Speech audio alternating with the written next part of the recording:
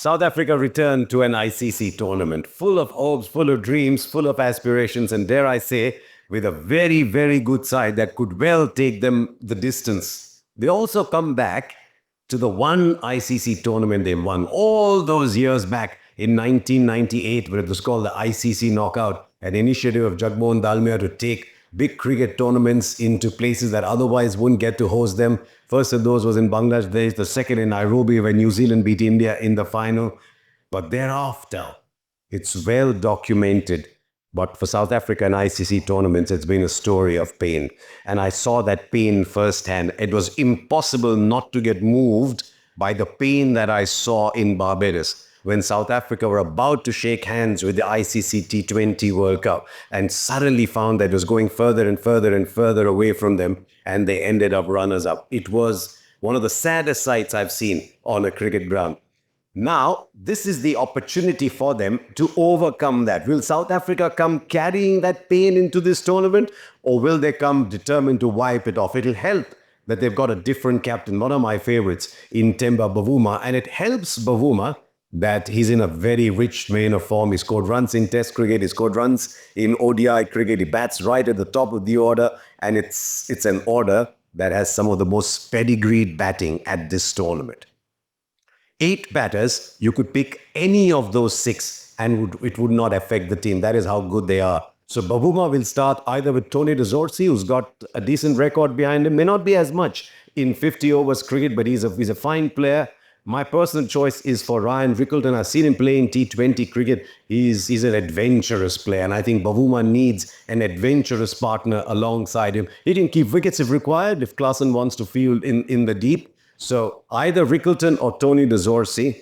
Then there's Rassie. I've always thought Rassie van der Dusen is one of the classy players in international cricket. And I won't even be surprised if South Africa go all the way to the final if that batting is built around Rassie van der Dusen. I don't know how many more big tournaments he's got in him, but at number 3, there's just a sense of calm around Rassie. And what that does is, it means Markram, Klaasen, Miller, they're free to play their game. Markram can play in 2 forms, but if they can have kept wickets handy coming into the 35th over, wow, then you've got Miller and Klaasen to go. There's a name I'm missing. I'm sure you'd have picked it up. It's a name that I've put down among my players to watch out for in world cricket over the next few years, and that is Tristan Stubbs.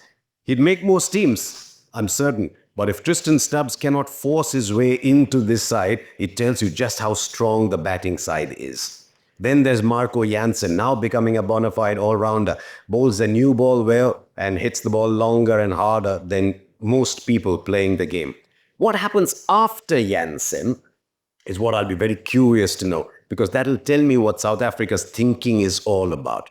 Are they going to go 2 quicks, 2 spin? That's Maharaj and Shamsi with Rabada and either of Lungi Ngidi or Corbin Bosch. What that does is, yes, Maharaj can bat at 8, but you're not afraid of a Maharaj or a Rabada coming 8 or 9. There's a few runs along with a batter, that's all right.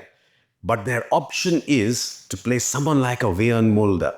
Now, if they've got Rabada, Jansen, Maharaj, Shamsi, that's 40 overs there. And then if Markram and Mulder, between them, can deliver 10 overs consistently, look what it does to the batting. Mulder at 7, Jansen at 8.